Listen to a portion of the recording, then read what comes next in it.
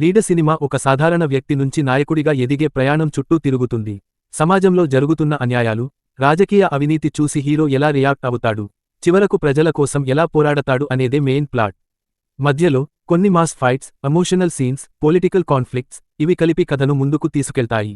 ముందుగా plus points చూసుకుంటే సర్వెనెన్ performance first మూవీతో పోల్చి చూస్తే మరి సూపర్ అని కాదు, కానీ ఇందులో డీసెంట్, సిన్సియర్ ప్రయత్నం కనిపిస్తుంది. సమాజానికి మంచి మెసేజ్ ఇవ్వాలనే ప్రయత్నం ఉంది. కొన్ని మాస్ సీన్స్, డయలాగ్స్ బాగుంటాయి. ఇక మైనస్ పాయింట్స్ చూసుకుంటే కొన్ని ట్విస్ట్లు వర్కౌట్ అయినప్పటికీ కథ ప్రెడిక్టబుల్ గా ఉంటుంది. స్క్రీన్ ప్లే కొన్ని చోట్ల స్లోగా అనిపిస్తుంది.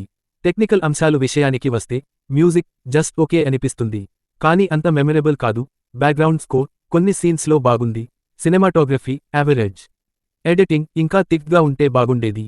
ఇక సినిమా ఫైనల్ వెర్డిక్ట్ ఏంటంటే లీడర్ ఒక యావరేజ్ పొలిటికల్ డ్రామా, మెసేజ్ కోసం చూడొచ్చు.